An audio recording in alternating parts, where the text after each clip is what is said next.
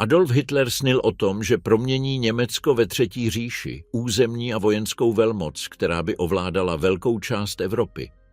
Mnozí historikové však poukazují na to, že jeho touha nekončila u dobytí toho, co nazýval životním prostorem, ale že si představoval globální říši, dobytí celého světa. Ale jak plánoval Hitler rozšířit své impérium a jaké byly hranice jeho ambicí?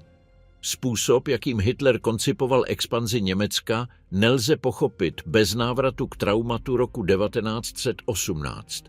Porážka v první světové válce, kolaps německého císařství a Versajská smlouva vytvořili mentální rámec, v němž mnozí Němci cítili, že jejich země byla ponížena, územně zmrzačena a odsouzena k pozici ekonomické závislosti.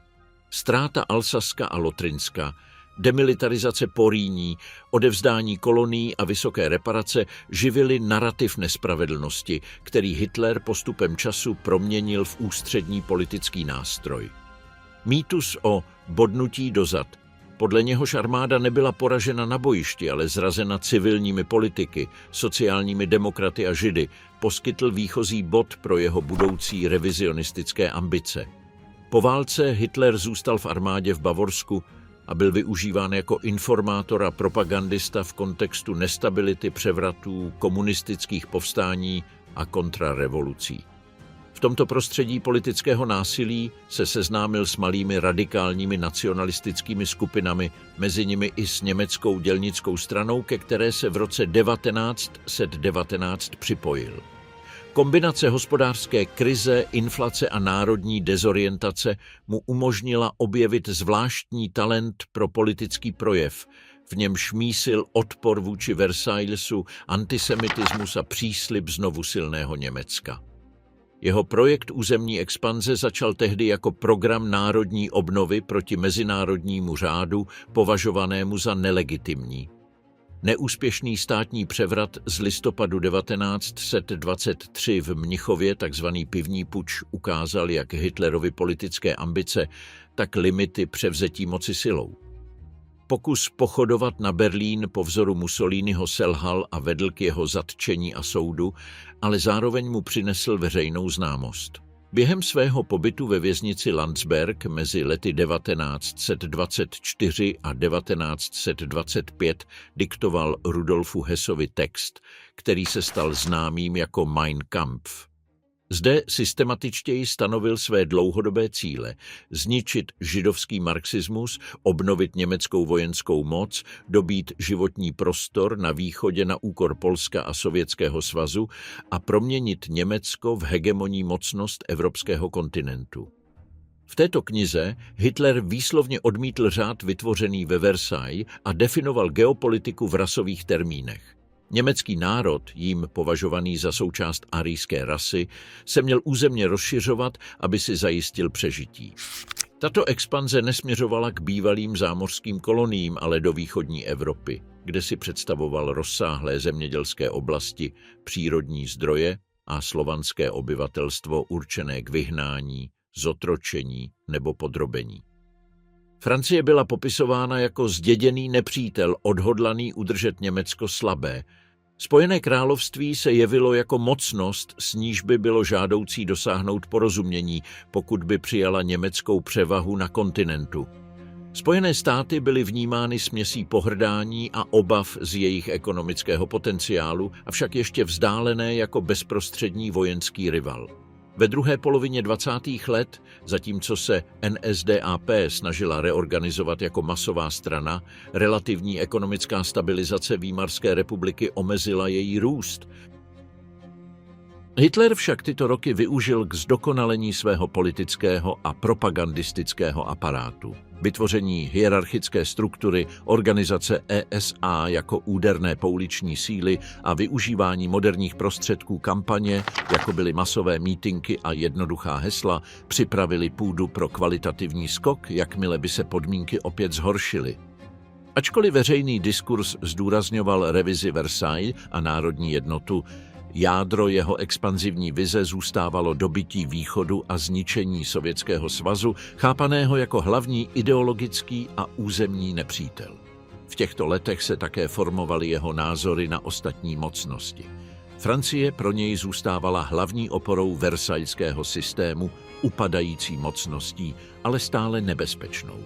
Spojené království bylo interpretováno jako námořní impérium, které by mohlo tolerovat německou hegemonii na kontinentu, pokud by jeho globální zájmy nebyly přímo ohroženy. Sovětský svaz byl popisován otevřeně dehumanizujícími termíny jako konglomerát méněcenných národů řízených židovskou elitou, jehož zničení by otevřelo cestu k velkému německému agrárně průmyslovému impériu na východě. Spojené státy se jevily jako ekonomický gigant smíšeného obyvatelstva, schopný rozhodujícím způsobem ovlivňovat finanční sféru, ale vojensky v krátkodobém horizontu podceňovaný. Pokud jde o otázku, zda chtěl Hitler ovládnout celý svět, v tomto období jeho myšlení vykazovalo jasnou prioritu – dobytí a reorganizaci evropského prostoru, nikoli globální projekt v přísném smyslu. Jeho spisy zdůrazňovaly velké kontinentální německé impérium, založené na kontrole střední a východní Evropy. Myšlenka planetárního boje mezi rasami a civilizačními bloky byla přítomna, ale spíše v dlouhodobé perspektivě konfrontace mezi velkými mocenskými prostory, než jako konkrétní plán obsadit území na všech kontinentech. Jeho kalkul vycházel z předpokladu, že jakmile bude ovládnuto srdce Evropy a zajištěny zdroje východu, Německo bude moci vyjednávat z pozice síly se Spojeným královstvím a zůstane relativně chráněno před rozhodným zásahem Spojených států. Volební vzestup NSDAP na počátku 30. let byl výsledkem této kombinace revizionistického programu, slibu přezbrojení a využití sociální nespokojenosti. Volby v letech 1930 a 1932 proměnily stranu v rozhodující sílu v parlamentu, byť bez absolutní většiny. Hitler tuto pozici využil k tomu, aby se prezentoval jako jediný vůdce schopný zajistit stabilitu tváří v tvář komunismu a paralýze koaličních vlád. Tlak průmyslových, agrárních a konzervativních sektorů, obávajících se levicové radikalizace, vedl k tomu, že osobnosti jako Franz von Papen prosazovali projekt vlády, v níž, jak se domnívali, by mohli nacistického vůdce usměrnit a kontrolovat, zatímco by využili jeho masovou podporu. Na vrcholu této krize režimu, zatímco nezaměstnanost zůstávala vysoká a legitimita Výmarské republiky se rozpadala, Hitler ponechal svou agendu budoucí expanze nezměněnou, ačkoliv ji zahalil do slibů vnitřního pořádku, hospodářského oživení a konce hanby Versailles. Jeho bezprostředním cílem bylo získat moc legální cestou a poté systém zevnitř proměnit, odstranit ústavní omezení a připravit zemi na mezinárodní konfrontaci, kterou považoval za nevyhnutelnou. V tomto kontextu a po intenzivních manévrech mezi politickými klikami a prezidentským okolím jej 30. ledna 1933 prezident Paul von Hindenburg jmenoval říšským kancléřem. Převzetí moci a postupné narušování Versaillesu. Konzervativci, kteří obklopovali Hitlera, vedení Franzem von Papenem, věřili, že ho dokážou usměrnit a využít jeho popularitu k stabilizaci režimu.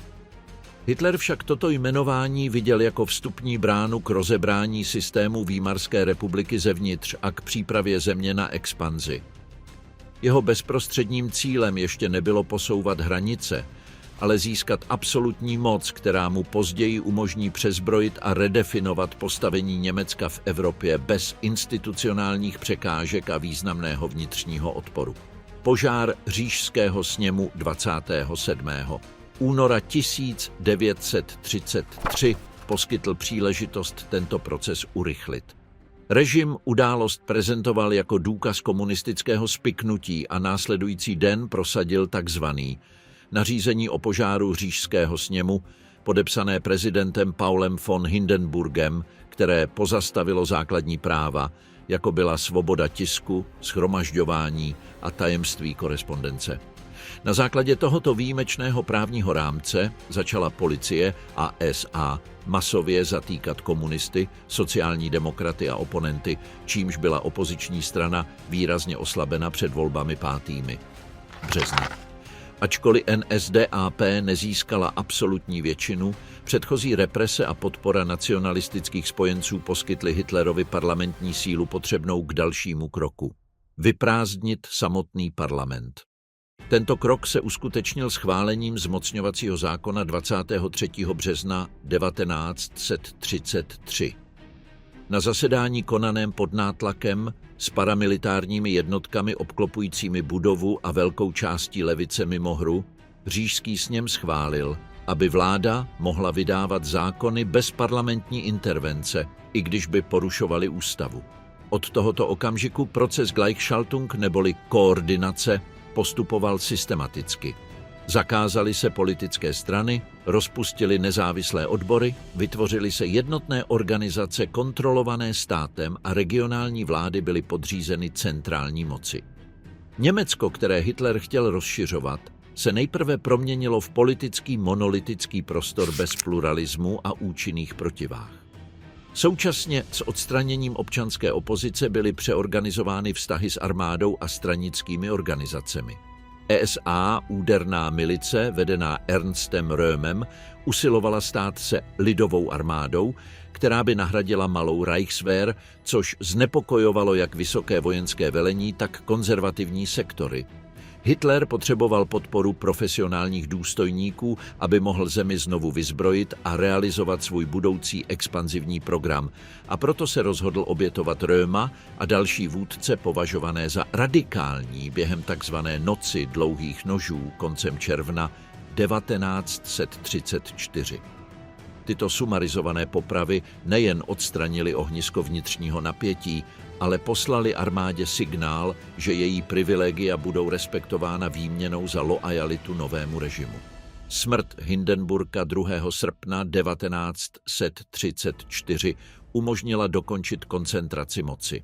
Hitler sloučil funkce kancléře a prezidenta a přijal titul Führer a Reichskanzler, přičemž vojáci složili osobní přísahu věrnosti jemu, nikoli ústavě nebo státu. Tato přísaha uzavřela vztah, ve kterém se armáda stala centrálním nástrojem jeho projektu, zatímco režim jí zajišťoval rostoucí zdroje a hlavní roli v zahraniční politice. Od tohoto okamžiku už nebylo otázkou, zda se Německo znovu vyzbrojí, ale jak rychle a do jaké míry poruší omezení uložená v roce 1919. V ekonomické oblasti byla prioritou snížení nezaměstnanosti a stabilizace sociální situace, vždy však s ohledem na schopnost udržet budoucí válku. Jmenování Hjalmar Schachta prezidentem Reichsbanku a později ministrem hospodářství umožnilo realizovat politiku veřejných investic, kontrolu dovozu a skryté financování přezbrojení, byly spuštěny stavební programy jako výstavba dálnic a bytů, které měly propagandistickou hodnotu a absorbovaly pracovní sílu, a současně byla masivně podporována průmyslová odvětví oceli, chemie a těžkých strojů, nezbytná pro výrobu zbraní a vojenského vybavení.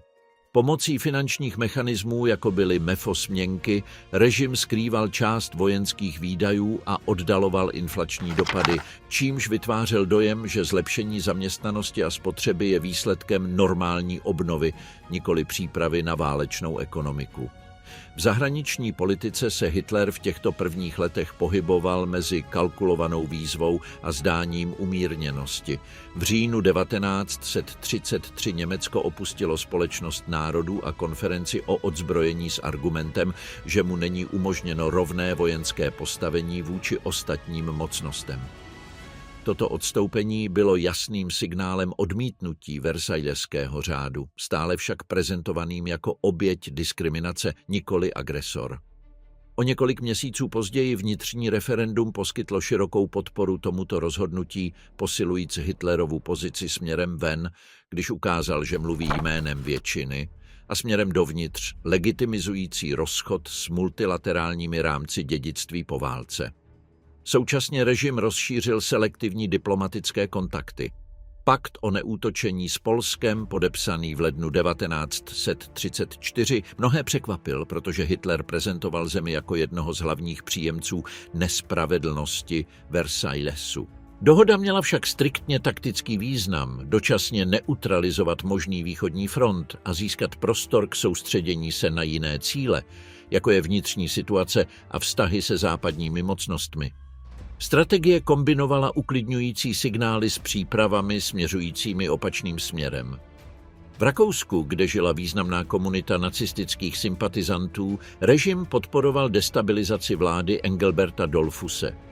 Pokus o puč v červenci 1934, který skončil vraždou kancléře, selhal kvůli rozhodné reakci Itálie pod vedením Benita Mussoliniho, která mobilizovala jednotky na průsmyku Brenner a jasně dala najevo, že v té době nepřijme německou anexi Rakouska.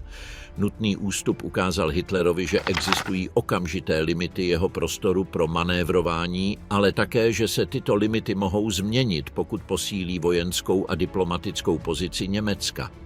Expanzní projekt na jihovýchod tak byl odložen, nikoli zrušen. Mezitím se urychlilo přezbrojení v přímém porušení Versajské smlouvy, nejprve skrytě a později otevřeně. Malá armáda povolená smlouvou byla rozšířena prostřednictvím výcvikových programů přesahujících povolený počet a tajně byly vyvíjeny letecké a mechanizované jednotky zakázané po válce. Vytvoření Luftwaffe jako samostatné zbraně, stejně jako rozšíření námořnictva a pozemní armády, připravovalo Německo k operacím za hranicemi omezené obrany.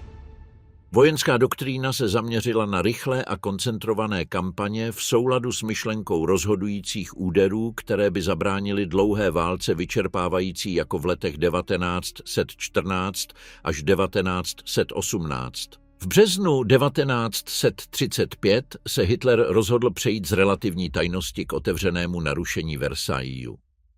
Prohlásil obnovení povinné vojenské služby a oznámil rozšíření armády na stovky tisíc mužů, výrazně nad hranici 100 000, stanovenou v roce 1919. Ve stejném měsíci učinil veřejně známou existenci Luftwaffe, dosud vyvíjené v utajení. Západní mocnosti protestovaly, ale neprovedly účinné sankce. Z pohledu Hitlera tato nečinnost potvrdila jeho tezi, že Francie a Spojené království nemají politickou vůli okamžitě čelit revizionistickému Německu, stále relativně slabému, kvůli částečnému porušení zavedeného řádu. O několik týdnů později vyvrcholila jednání s Londýnem do dohody, která v praxi legitimizovala část německého námořního přezbrojení.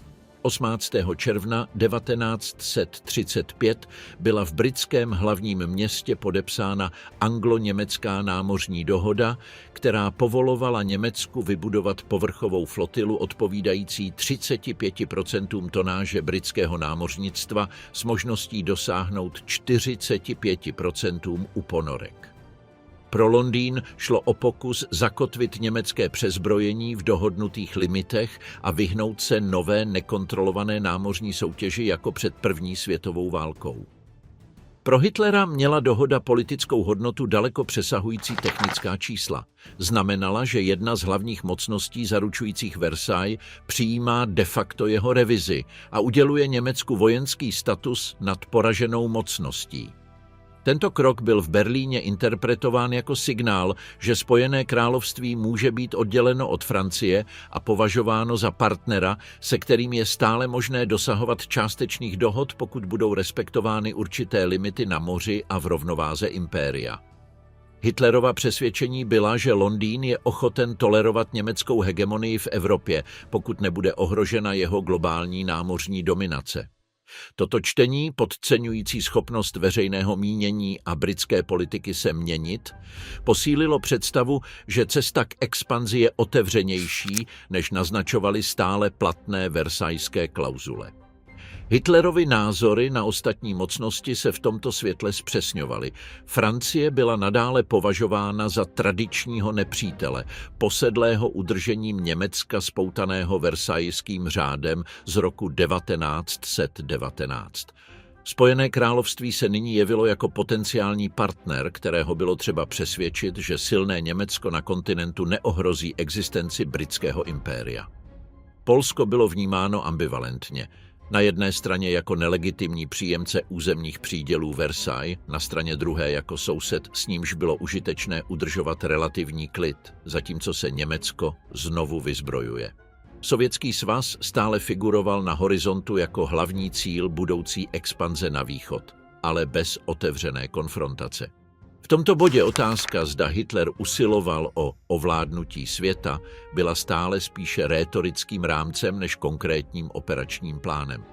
Jeho projevy hovořily o globálním boji mezi protikladnými vizemi světa, prezentující nacismus jako odpověď árijské rasy proti západnímu liberalismu a východnímu bolševismu.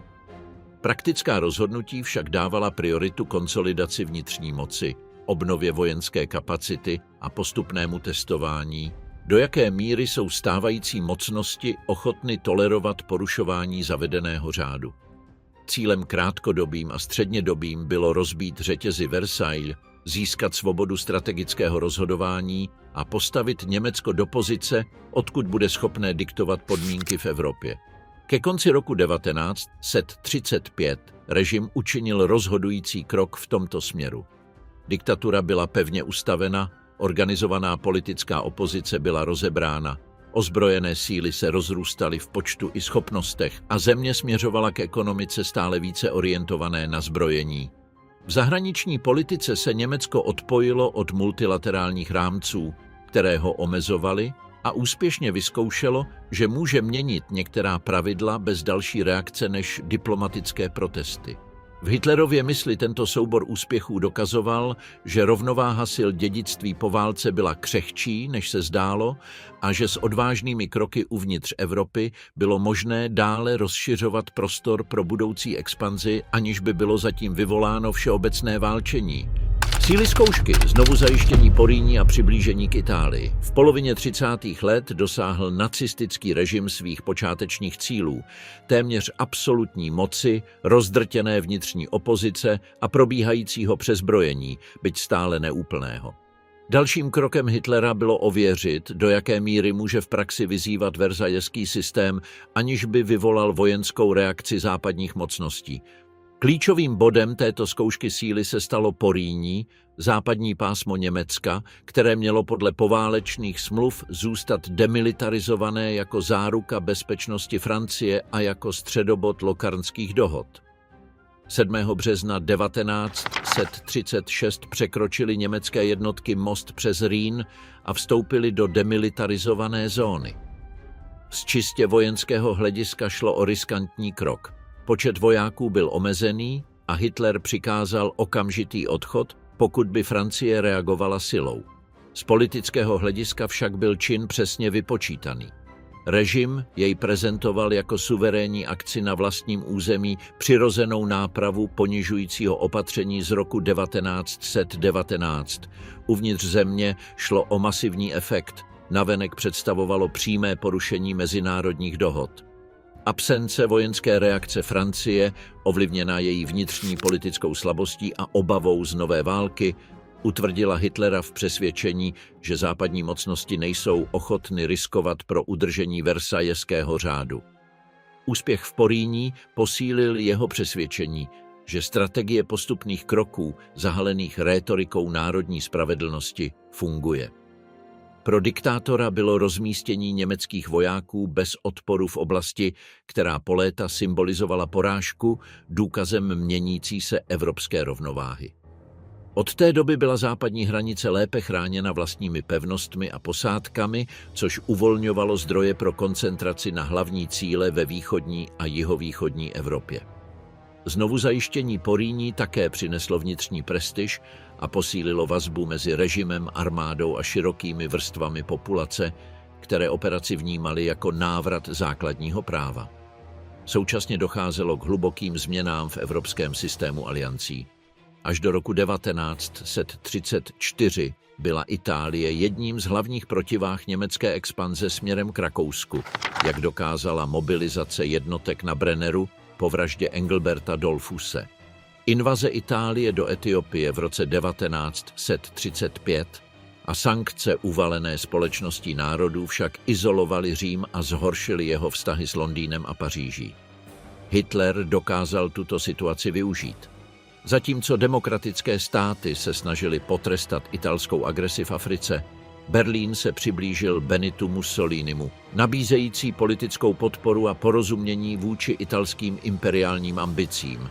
Rozpad tzv. Stresenského frontu, který v roce 1935 spojil Itálii, Francii a Spojené království na obranu evropského status quo, otevřel cestu k přeskupení mapy aliancí.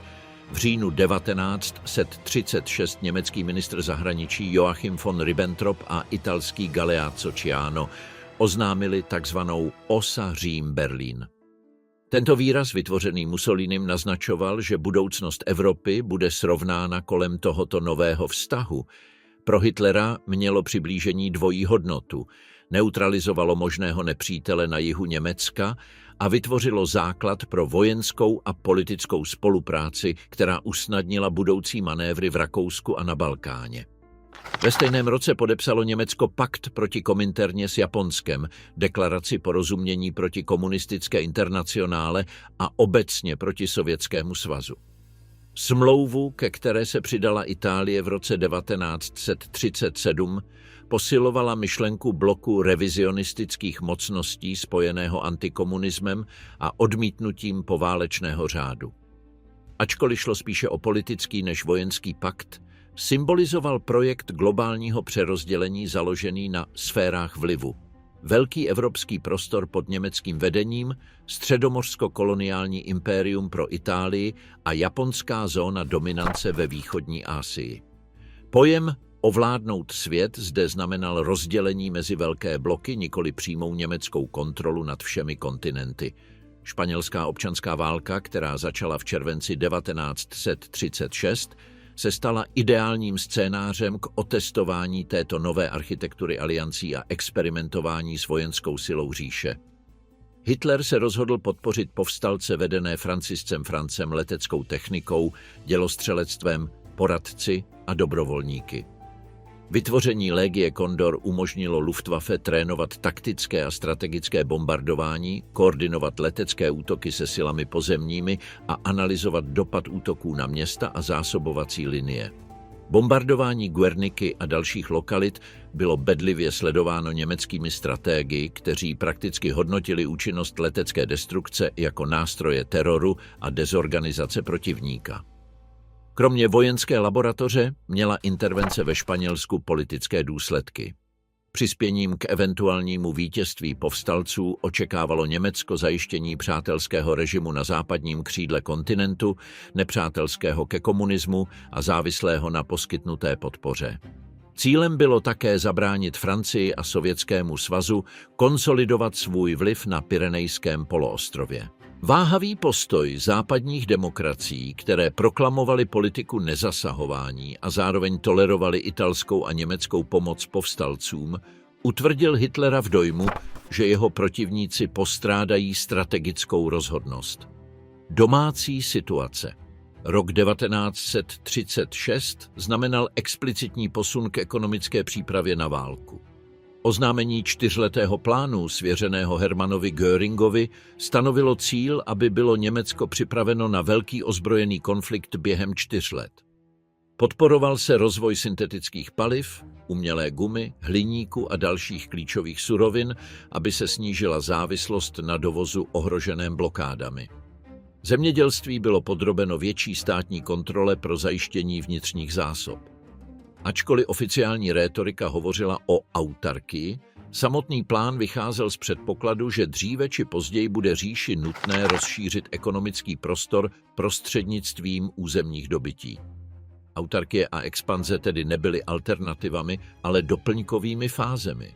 Průmyslové a vojenské úsilí posílilo vazby mezi státem a velkými koncerny, jako byly IG Farben nebo Krupp, které těžily z masivních kontraktů a ochrany před zahraniční konkurencí. Na oplátku se přizpůsobili prioritám režimu a upravili výrobu pro potřeby přezbrojení.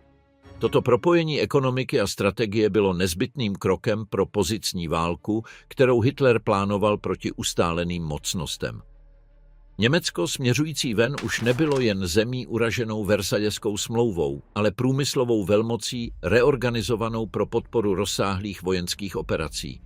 V tomto období se Hitlerovy názory na ostatní mocnosti dále upřesňovaly.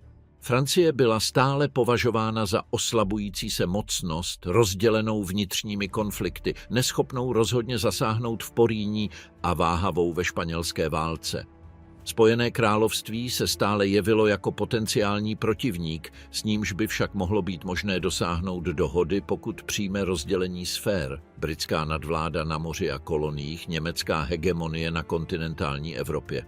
Sovětský svaz zůstával hlavním ideologickým nepřítelem, ale prioritou zůstávalo konsolidovat střední pozice před přímým střetem.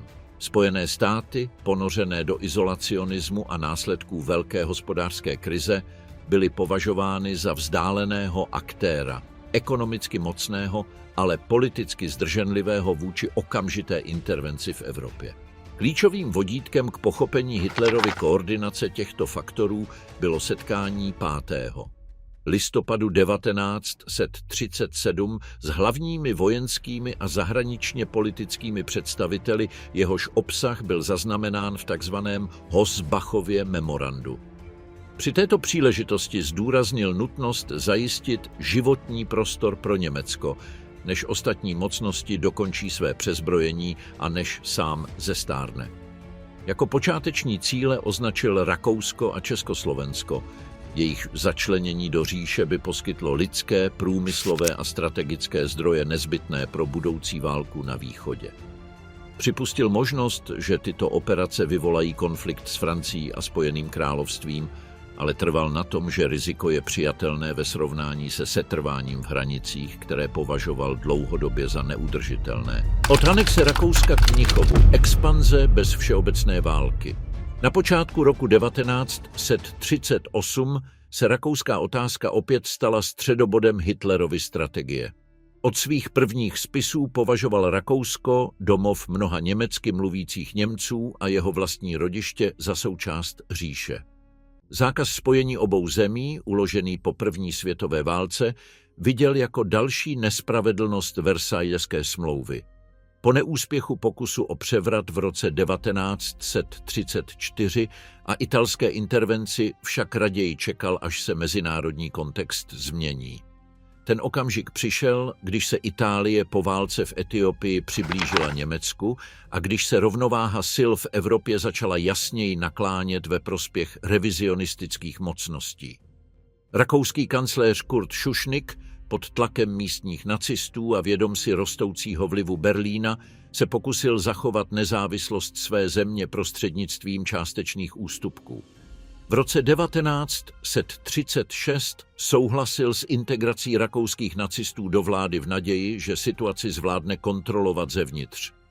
Hitler naopak tyto otevřenosti využil k posílení pozice svých stoupenců a k nárůstu politické nestability. Na počátku roku 1938 pozval Schuschnigga na jednání do Berchtesgadenu a vyvinul na něj silný tlak, požadující nové nacistické nominace na klíčové posty a ještě větší sladění Vídně s Berlínem. Ve skutečnosti šlo o ultimátum v přestrojení za jednání.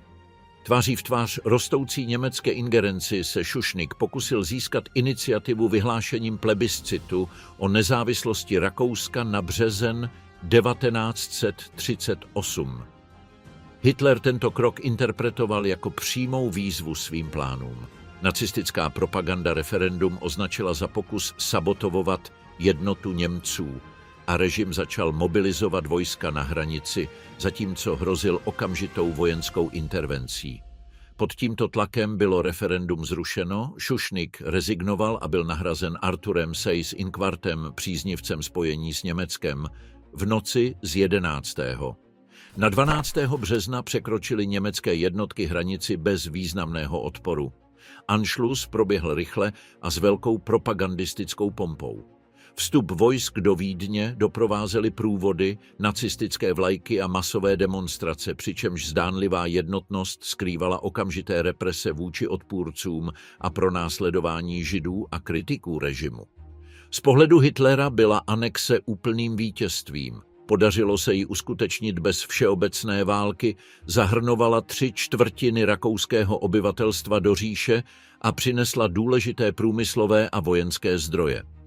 Západní mocnosti reagovaly diplomatickými protesty, ale bez konkrétních opatření. Führer tak obdržel zprávu, že rozhodný a rychlý čin může opět změnit evropskou mapu, aniž by vyvolal ozbrojenou odpověď.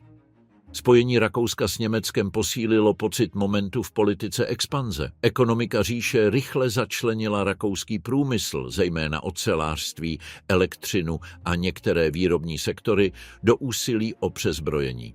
Kontrola bank a rakouských zlatých rezerv pomohla dočasně zmírnit některé finanční napětí způsobené rostoucími vojenskými výdaji.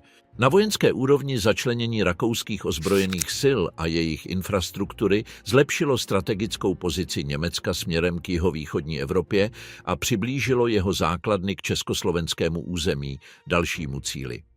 Československo zaujímalo v Hitlerových plánech centrální místo z několika důvodů. Bylo to stát vzniklý po první světové válce s významnými německými menšinami v Sudetech, které mohly být zneužity jako záminka pro intervenci.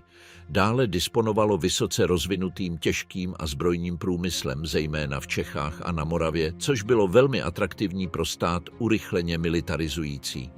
Strategicky byla geografická poloha země s opevněními orientovanými proti Německu vnímána jako klín omezující svobodu akce říše ve střední Evropě. Použitá taktika byla podobná jako v předchozích případech, ale sofistikovanější. Sudetoněmecká strana vedená Konradem Henleinem formulovala rétoriku o křivdách a právech německé menšiny v Československu. S přímou podporou Berlína předkládala stále rostoucí požadavky na autonomii, které vláda v Praze těžko mohla přijmout, aniž by ohrozila svou celistvost. Každé odmítnutí či váhání bylo nacistickou propagandou prezentováno jako důkaz útlaku a diskriminace etnických Němců. Sudetská otázka se tak stala mezinárodním problémem přesahujícím rámec bilaterálních vztahů. Francie a Spojené království, garanti bezpečnosti Československa, čelili dilematu podobnému tomu, které zažili v Porýní a Rakousku. Aktivně odolat německému postupu s rizikem vyvolání války, na kterou nebyli připraveni, nebo hledat novou formuli kompromisu. Mnozí představitelé v Londýně a Paříži se domnívali, že revize některých hranic je nevyhnutelná a že pokud Hitlerovy ambice omezují na sjednocení Němců v jednom státě, může být možné je uspokojit bez úplného konfliktu.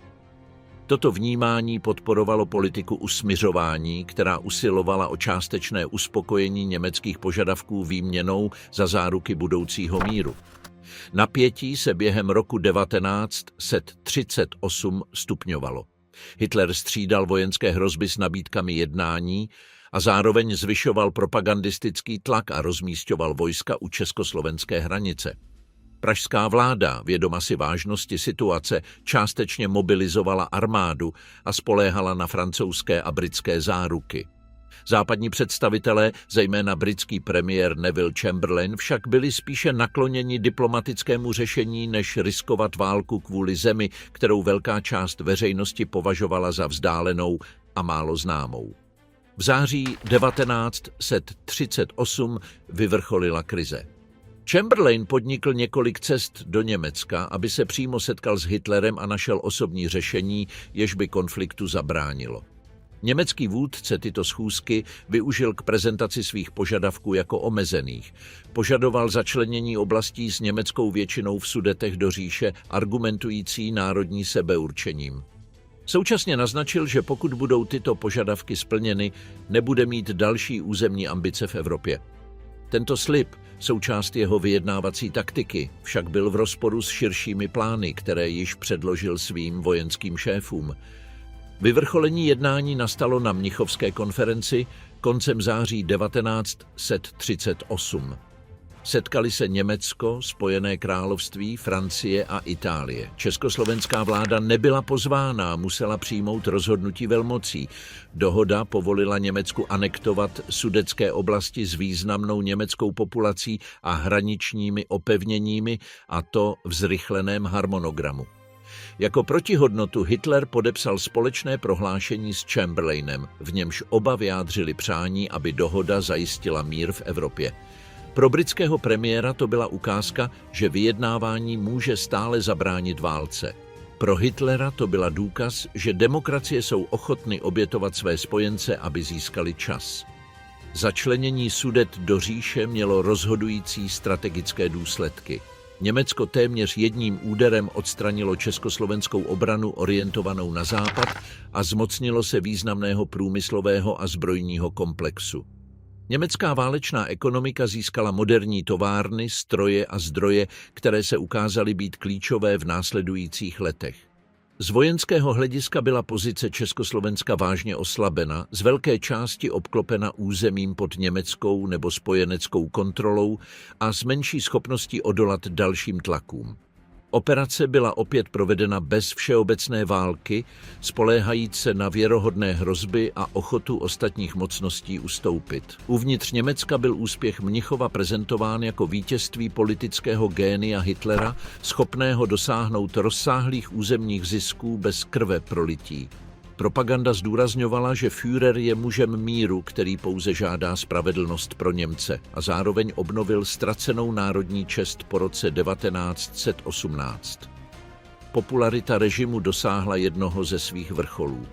Za touto obrazovou fasádou se však konsolidovaly základní prvky expanzionistického projektu, který se již nespokojil s částečnými korekcemi hranic, ale směřoval k radikální přestavbě střední Evropy pod německou hegemonií, předstupeň k dalším pohybům, které v následujících měsících přesáhly i to, co bylo dohodnuto v Mnichově. Skok na východ a vypuknutí evropské války. Události po Mnichovu jasně ukázaly, že sliby o omezení německé expanze byly taktické, nikoli reálné. Pouhých několik měsíců poté, co získal Sudety s podporou západních mocností, režim rozhodl o úplném rozbití zbytku Československa. V březnu 1939 využívaje vnitřních napětí a tlaku na prezidenta československého Emila Háchu. Představitelé říše jej svolali do Berlína a vyvinuli na něj extrémní nátlak, varujíc, že pokud nepřijme německé požadavky, jeho země bude okamžitě napadena. Vyčerpaný a bez hmatatelné vnější podpory Hácha nakonec ustoupil okupaci. Krátce poté vstoupily německé jednotky do Prahy a československý stát přestal existovat. Čechy a Morava se staly protektorátem pod přímou kontrolou říše a Slovensko bylo redukováno na satelitní stát. O několik týdnů později, v březnu 1939, Německo rovněž požadovalo předání území Memelu v Litvě, obývaného částečně německy mluvícím obyvatelstvem. Malá Pobaltská republika, izolovaná a bez efektivních záruk, souhlasila s předáním města a přilehlého regionu. Opět šlo o demonstraci, že kombinace diplomatického tlaku a vojenské hrozby umožňuje říši měnit mapu bez okamžité ozbrojené reakce. Nicméně hromadění těchto úderů začalo měnit politickou atmosféru v západních demokraciích. Obraz rozumného vůdce, který pouze usiluje o nápravu křivd, se hroutil před důkazem rostoucího vzoru expanze. Další zemí v linii byla Polsko. Z pohledu režimu představoval tento stát dvojí anomálii. Na jedné straně vznikl z porážky centrálních mocností v roce 1918, přičemž obdržel území, která německý nacionalismus považoval za vlastní, například polský koridor, oddělující východní Prusko od zbytku říše, a přístavní město Gdaňsk se statusem mezinárodním. Na druhé straně zaujímal klíčové místo v plánech na životní prostor Lebensraum na východě. Jeho případný rozpad by otevřel cestu k expanzi Německa na Bělorusko a Ukrajinu. V této fázi již šlo nejen o změnu hranic, ale o transformaci politického a demografického řádu východní Evropy podle rasové a kolonialistické vize. Západní mocnosti, vědomi si nebezpečí další fáze expanze, tentokrát reagovaly odlišně. Dne 31. března 1939 britský premiér Neville Chamberlain oznámil ve sněmovně reprezentantů záruku bezpečnosti pro Polsko, ke které se později přidala Francie. Prohlášení stanovilo, že pokud bude nezávislost Polska ohrožena a vláda ve Varšavě se rozhodne odolat, Spojené království jí pomůže. Nešlo o dokonale naplánovanou vojenskou smlouvu, ale o politický závazek, který poprvé explicitně spojoval možnou německou agresi s perspektivou všeobecné války. Pro Hitlera byla tato záruka interpretována jako pokus o omezení jeho svobody jednání, nikoli však jako nepřekonatelná překážka. Ve svém hodnocení Británie a Francie stále nebyly vojensky připraveny na velký konflikt a veřejné mínění bylo ovlivněno traumatem z první světové války. Věřil, že při rychlém činu proti Polsku se demokracie opět omezí na protesty nebo, v nejhorším případě, na papírovou válku bez rozhodujících pozemních operací. Toto podcenění protivníka spolu s důvěrou ve schopnost Wehrmachtu dosáhnout bleskových vítězství bylo rozhodující pro vývoj událostí. Současně se ekonomická situace říše stále více stala závislou na expanzi. Masivní přezbrojení a programy čtyřletého plánu přetížily veřejné finance a zásobování surovinami. Přestože byly vyvinuty syntetické náhrady, Německo stále potřebovalo přístup k ropě, železné rudě a zemědělským produktům pro udržení dlouhé války. V této logice se dobývání území bohatých na zdroje a využívání nového obyvatelstva jako pracovní síly jevilo jako strukturální řešení. Zahraniční politika, vojenská příprava a ekonomika tak konvergovaly ve rozhodnutí hledat konflikt, který měl zreorganizovat Evropu ve prospěch říše. Hlavní překážkou pro jakýkoliv pohyb proti Polsku zůstávala pozice Sovětského svazu. Geograficky mohlo německé útok na východ snadno vést k přímému střetu s Moskvou, což Hitler chtěl, ale ne okamžitě.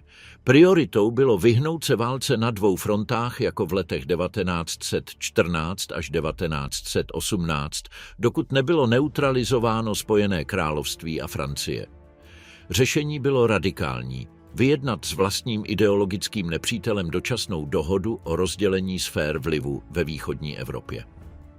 V létě 1939, po období diplomatických sondování v různých směrech, německý ministr zahraničí Joachim von Ribbentrop cestoval do Moskvy, aby jednal se svým protějškem Vjačeslavem Molotovem. Dne 23. srpna byla podepsána německo-sovětská smlouva o neútočení, známá jako pakt Ribbentrop-Molotov. Oficiálně šlo o závazek, podle něhož se oba státy zaručovaly neutralitu v případě konfliktu s třetími stranami. Rozhodujícím prvkem však byl tajný protokol, který vymezoval rozdělení sfér vlivu ve východní Evropě. Polsko mělo být rozděleno mezi obě strany a pobaltské státy, Finsko a Besarábie byly přiřazeny jedné či druhé sféře. V těchto posledních měsících míru se Hitlerovy názory na mocnosti utvrzovaly v kalkulaci rizik. Francie byla vojensky silná na papíře, ale politicky slabá, rozdělená mezi nesmiřitelné vnitřní proudy. Spojené království bylo vážnější protivník, ale považovalo se, že nemá kapacitu k okamžité pozemní ofenzivě na kontinentě a alespoň zpočátku se omezí na blokády a námořní operace. Sovětský svaz byl dočasně neutralizován dohodou. Spojené státy, ponořené do izolacionismu, byly v krátkodobém horizontu považovány za sekundární faktor. V tomto pohledu mohla být válka proti Polsku rychle vyhrána, než by se okolnosti staly nepříznivými. Konečné rozhodnutí padlo na konkrétní datum. Brzy ráno 1. září 1939 překročily německé jednotky hranici Polska na několika místech a Luftwaffe bombardovala vojenské a civilní cíle, včetně města Víluň. Útok byl prezentován jako reakce na údajné polské provokace, včetně falešného incidentu v Gleivicu, připraveného samotnými německými silami, aby ofenzíva získala zdání obranné legitimity. V praxi šlo o realizaci plánu rozdělení domluveného s Moskvou a o začátek války ničení a podřízení, kterou režim plánoval vůči Polsku. Blesková expanze a Evropa pod německou nadvládou. Když Spojené království a Francie vyhlásili válku 3. září 1939, Hitler si ještě nepředstavoval dlouhodobý konflikt na západní frontě. Jeho počáteční kalkulace byla krátká válka proti Polsku, následovaná novou fází diplomatického tlaku, při níž očekával oddělení Londýna od Paříže nebo vynucení nějakého kompromisu. Během podzimu 1939 se však vytvořila nejasná situace. Wehrmacht dokončil okupaci Polska s intervencí Sovětů z východu, zatímco na západní frontě se téměř žádné významné pohyby neuskutečnily. Toto období, později známé jako žertovná válka nebo Sitzkrieg, využila říše k dokončení rozmístění jednotek a studiu způsobu, jak narušit rovnováhu, aniž by se opakovaly strategické chyby z roku 1914. Hitler pochopil, že si nemůže dovolit statickou válku na dvou frontách. Vzpomínka na vyčerpání z první světové války byla stále živá mezi vojenskými veliteli i obyvatelstvem. Řešení se profilovalo jako sekvence rychlých kampaní, cílených na eliminaci kontinentálních protivníků jeden po druhém, než dojde k souboji s britskou námořní mocí. V tomto schématu nabývala významu bezpečnost severní Evropy. Švédská železná ruda, dovážená přes norské přístavy, byla klíčová pro německý průmysl. Možnost, že Spojené království přeruší tyto cesty, vedla k vypracování plánu na obsazení Dánska a Norska. V dubnu 1940 byla zahájena operace Weserübung. Dánsko bylo podrobeno během několika hodin s minimálním odporem, čímž se zajistil pozemní koridor do Norska. Norská kampaň byla složitější, s boji v Narviku a dalších pobřežních bodech, ale rovněž skončila německým vítězstvím. Kontrola Norska umožnila zajistit zásobování železnou rudou, vybudovat letecké základny pro operace nad severním Atlantikem a vytvořit přístavy pro válečné námořnictvo a ponorky. Materiální náklady byly vysoké, zejména na lodě, ale geopolitický efekt byl jasný. Říše již ovládala pobřeží od Baltského moře po sever Evropy. Se zajištěním severu se Hitler soustředil na hlavního kontinentálního protivníka Francii a na Nizozemsko a Belgii, jejichž neutralita mohla být znovu využita jako cesta útoku. Plánování západní ofenzívy, spuštěné v květnu 1940, kombinovalo opakování některých prvků z roku 1914 s doktrinálními inovacemi. Hlavní manévr se nezaměřoval na přímý útok proti opevněním Maginotovy linie, ale na obchvat přes Ardeny, oblast, kterou mnoho francouzských velitelů považovalo za nevhodnou pro velké obrněné jednotky. Kombinované použití tanků, motorizované pěchoty a soustředěné letecké podpory, později spojované s konceptem bleskové války, Blitzkrieg, umožnilo německým jednotkám postupovat s rychlostí, která dezorganizovala spojenecké velení. Během několika týdnů se situace na západní frontě dramaticky změnila. Pád Nizozemska a Belgie otevřel koridor k Lamanšskému průlivu. Britské jednotky a část francouzské armády byly zatlačeny k pobřeží, což vedlo k evakuaci Dunkerque koncem května a začátkem června 1940. Pro Hitlera mělo stažení stovek tisíc spojeneckých vojáků po moři ambivalentní význam. Na jedné straně ukazovalo neschopnost Francie udržet frontu, na druhé straně umožnilo Spojenému království zachovat jádro armády, které se později stalo základem britského odporu.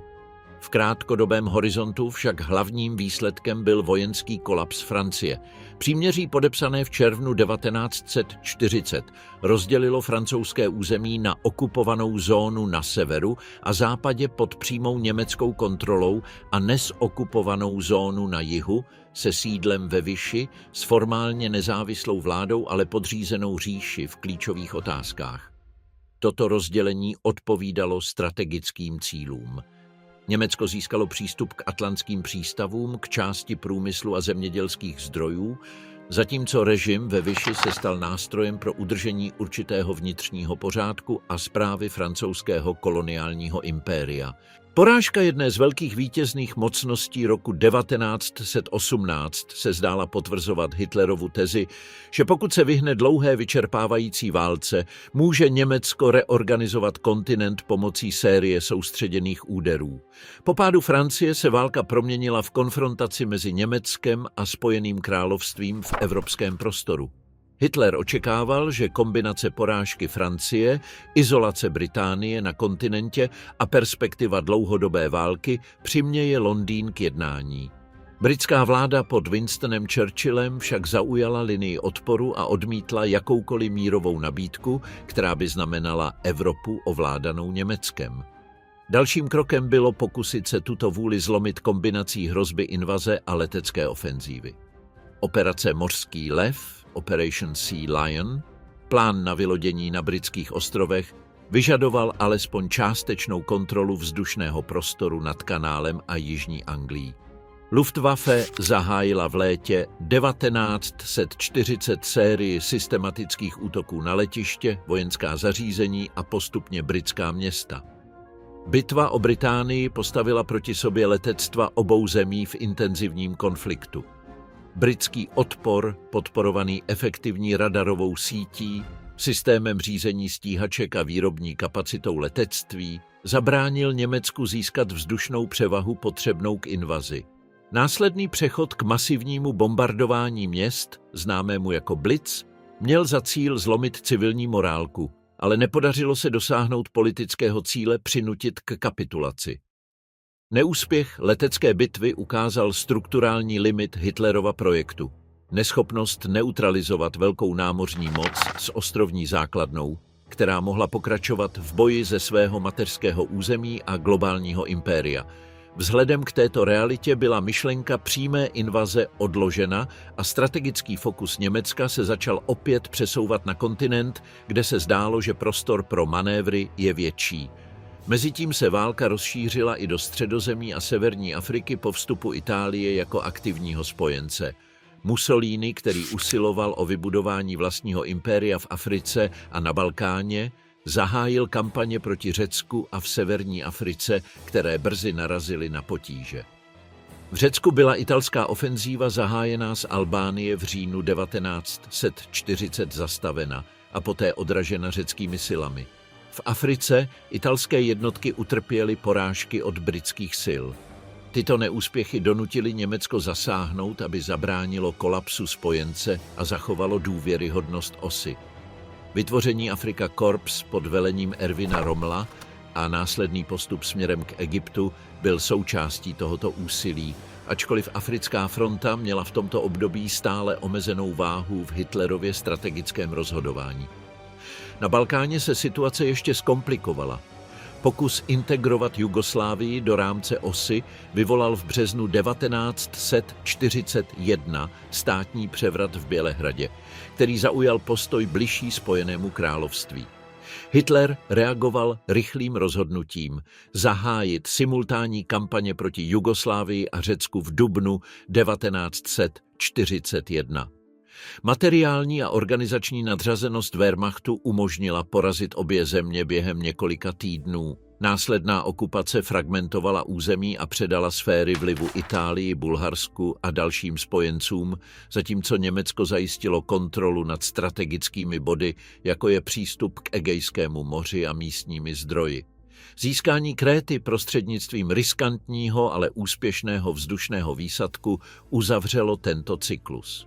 V tomto okamžiku mapa Evropy ukazovala maximální rozsah dosažené německé moci.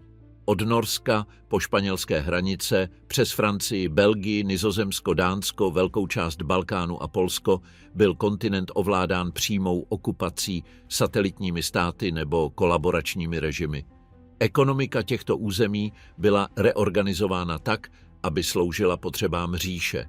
Těžba surovin, využívání nucené práce, konfiskace potravin a integrace místního průmyslu do válečné produkce posílily německou kapacitu v krátkodobém horizontu, ale zároveň vytvořily odpor a napětí, které se postupně projevily. Na vrcholu těchto úspěchů Hitler jasněji formuloval svou vizi nové Evropy pod německou nadvládou. V tomto pojetí by Německo nejen vojensky kontrolovalo kontinent, ale také jej reorganizovalo podle rasových a ekonomických kritérií odpovídajících jeho zájmům. Lidé považovaní za germánské nebo příbuzné národy by měli preferenční postavení, zatímco ostatní by byli podřízení nebo přesídleni. Politika vůči Židům, národním elitám a válečným zajatcům odrážela tuto hierarchii. Myšlenka světové nadvlády se nadále artikulovala v blocích. Velký germánský evropský prostor, který po konsolidaci mohl lépe čelit anglosaskému světu a dlouhodobě i Sovětskému svazu. Strategická chyba a pád národně socialistického snu. Rozhodnutí zaútočit na Sovětský svaz bylo nejradikálnějším krokem Hitlerova expanzionistického projektu. Od svých prvních spisů označoval bolševismus za absolutního ideologického nepřítele a životní prostor na východě za střední cíl německé politiky. V roce 1940, po porážce Francie a z Británií odolávající osamoceně, považoval situaci za příhodnou pro válku zničení proti Moskvě. Motivace kombinovaly doktrínu a materiální kalkul, zničit židovsko-marxismus, zmocnit se ukrajinského obilí, kavkazské ropy a dalších surovin a přeměnit slovanské obyvatelstvo na podřízenou pracovní sílu nebo je vyhnat. Operace Barbarossa, formalizovaná v směrnici číslo 21 v prosinci 1940, byla koncipována jako rychlá kampaň určená k likvidaci sovětského státu během několika měsíců, než by mohl plně mobilizovat své zdroje a než by nepřátelé Německa dokončili svůj vlastní zbrojní program. Vojenské plánování počítalo s 3 velkými armádními skupinami postupujícími směrem na Leningrad, Moskvu a Ukrajinu. Cílem bylo obklíčit a zničit sovětské síly u hranic, obsadit západní průmyslová a zemědělská centra a zbavit režim materiální základny a organizační schopnosti. Dne 22. června 1941 překročili hranice více než 3 miliony vojáků OSY na frontě široké tisíce kilometrů. První měsíce se zdály potvrzovat optimismus německého velení. Obrovská obklíčení v Bělorusku a na Ukrajině zničila nebo zajala stovky tisíc sovětských vojáků, zatímco Luftwaffe získala počáteční vzdušnou převahu. Kyjev, Smolensk a další města padla rychle za sebou.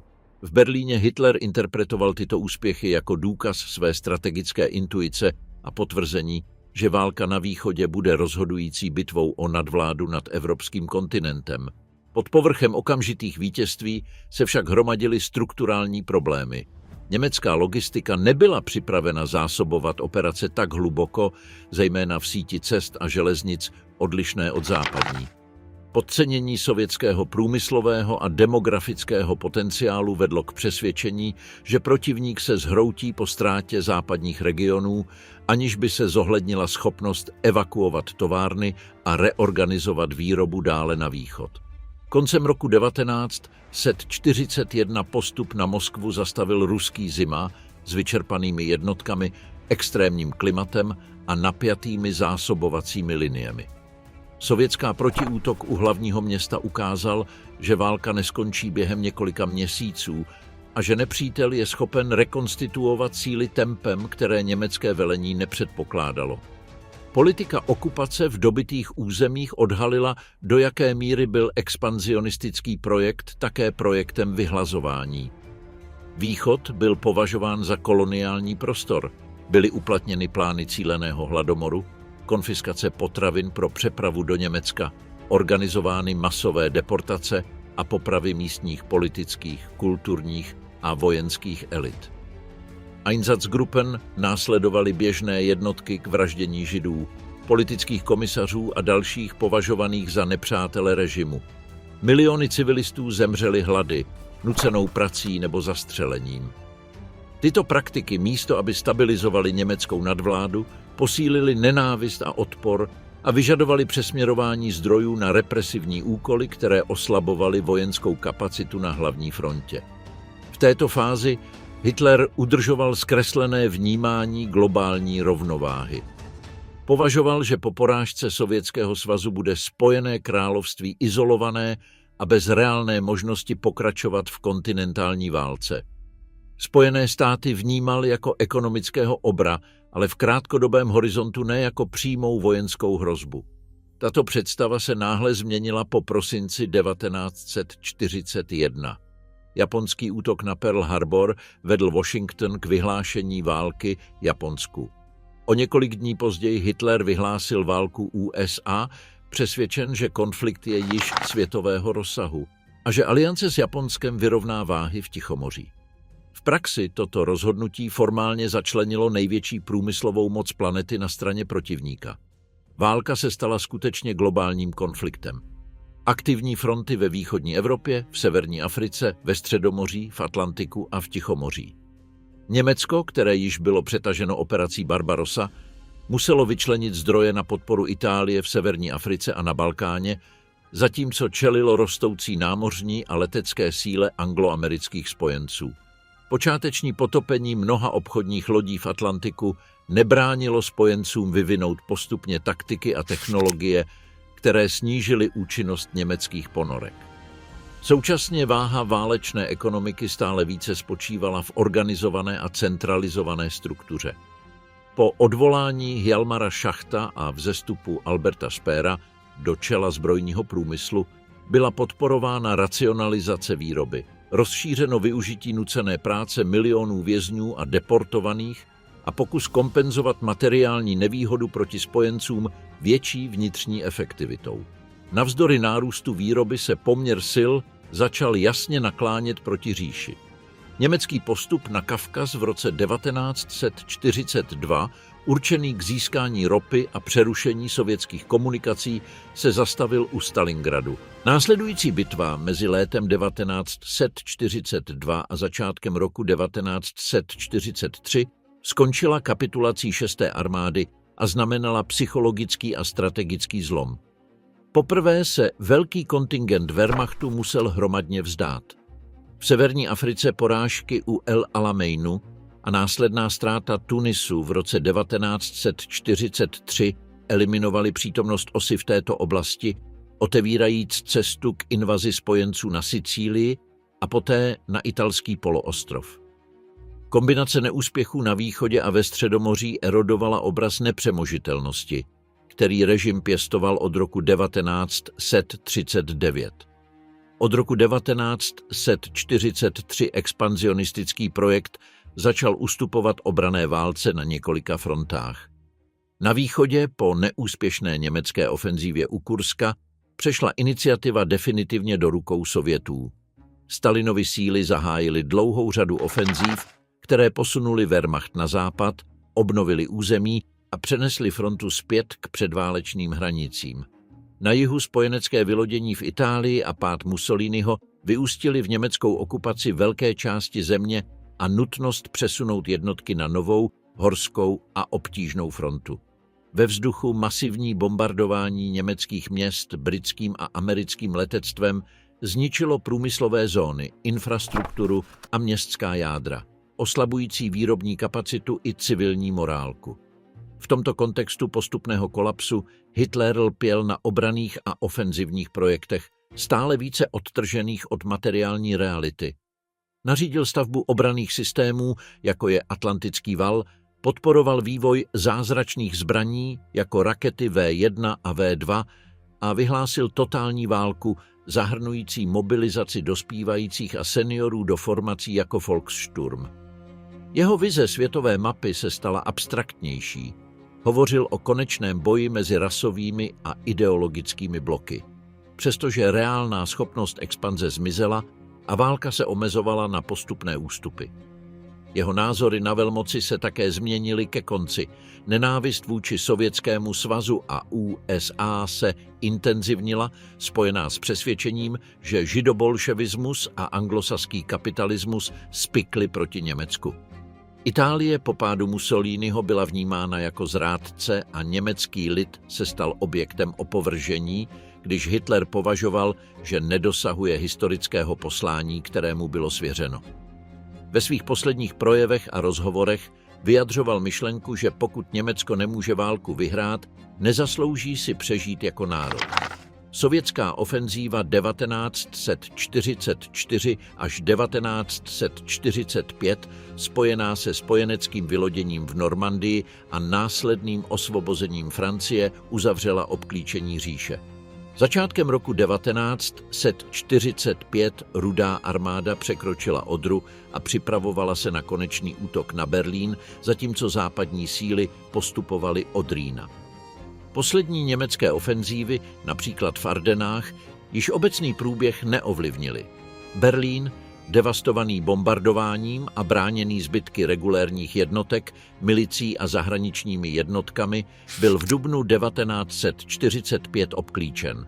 V bunkru kancléřství Hitler pokračoval v vydávání nereálných rozkazů a odmítal jakýkoliv návrh kapitulace. Dne 30. dubna 1945 spáchal sebevraždu v bunkru kancléřství v Berlíně, čímž navždy zničil sen o globální říši, dobytí Evropy a národně socialistický sen.